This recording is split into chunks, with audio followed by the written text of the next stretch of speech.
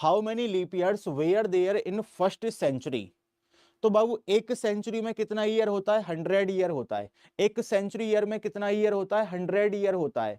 100 year में leap year हमसे पूछ रहा है, 100 ईयर में हमसे लीप ईयर पूछ रहा है, यानी कि फर्स्ट सेंचुरी। तो 100 ईयर में लीप ईयर होता है बेटा 24।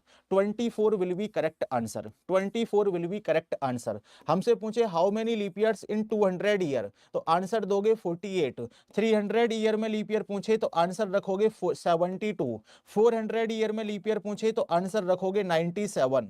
लेकिन हमसे सेकंड सेंचुरी ईयर में लीप ईयर पूछे, हमसे सेकंड सेंचुरी, हमसे फर्स्ट सेंचुरी में जैसे पूछा है, फर्स्ट सेंचुरी ईयर में लीप ईयर पूछा है, तो जनाब आंसर दे रहे हो आप कितना? 24।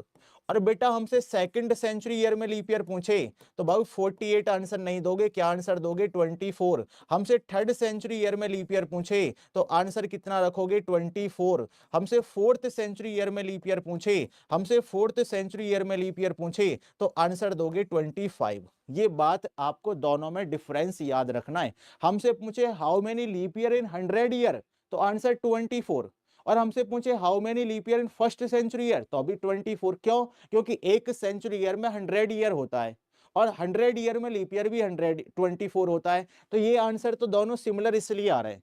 लेकिन हमसे पूछे how many leap year in second century year, तो सेकंड की बात कर रहा है, तो बेटा 101 से केवल 200 के बीच की बात कर रहा है वो। 101 से 200 के बीच की बात कर रहा है और उसके बिटवीन भी केवल 100 ईयर होगा, इसलिए आंसर 24 रहेगा। और हमसे पूछे leap year, how many leap year in 200 year, तो यहाँ पे टोटल 200 की बात कर रहा है, इसलिए 200 में आंसर 48। तो ये आपको ध्यान रखना है, यदि सेंचुरी है तो इसके अकॉर्डिंग आंसर देंगे और ईयर है तो आप इसके अकॉर्डिंग आंसर देंगे। ठीक है, ये मिस्टेक मत करना भाई प्लीज।